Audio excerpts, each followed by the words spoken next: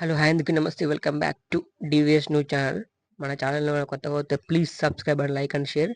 మన ఛానల్‌లో తెలంగాణకు సంబంధించిన కొత్త కొత్త విషయాలు, అలాగే తెలంగాణకు సంబంధించిన న్యూస్ ఎప్పటికప్పుడు మీకు అప్డేట్ ఇస్తూ ఉంటాను. అలాగే ఈరోజు వీడియో ఏంటంటే తెలంగాణ ప్రభుత్వం ఒక కొత్త నిర్ణయం అయితే తీసుకుంది. అంటే పెన్షన్ల గురించి. ఎవరైతే కొత్తగా పెన్షన్ గురించి అప్లై చేసుకున్నారో, అంటే 6 గ్యారంటీ ఫామ్‌లో ఎవరైతే ఫామ్ నింపి కొత్తగా పెన్షన్ కావాలని అప్లై చేసుకున్నారో వారందరికి కూడా గవర్నమెంట్ అయితే కొత్తగా పెన్షన్ ఇవ్వాలని నిర్ణయించింది.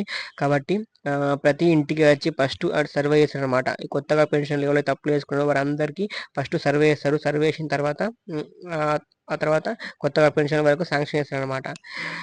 ఇప్పటికే సర్వే చేయడానికి కలెక్టర్‌కి అయితే ఆదేశాలు అయితే ప్రభుత్వం అయితే పంపింది.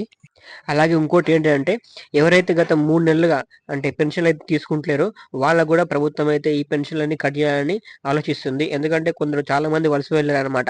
పెన్షన్ తీసుకోకుండా. అంటే వేలిముద్ర వేసేవాళ్ళు చాలామంది వలస వెళ్లారు.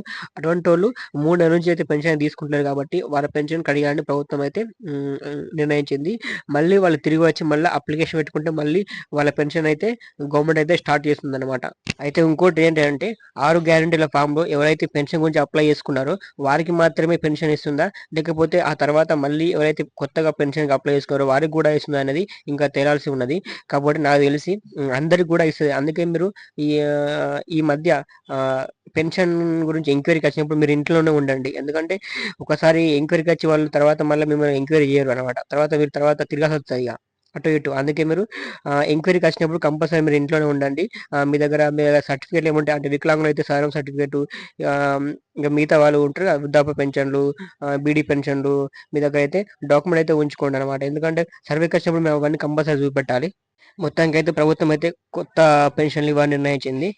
కావున మీరందరూ ఎవరైతే దరఖాస్తు చేసుకున్నారో ఆళ్ళందరూ కూడా ఎంక్వైరీకి వచ్చినప్పుడు నేను మళ్ళీ పదే పదే చెప్తున్నా. ఎంక్వైరీకి వచ్చినప్పుడు కంపల్సరీ మీరు ఇంట్లోనే ఉండే ప్రయత్నం చేయండి.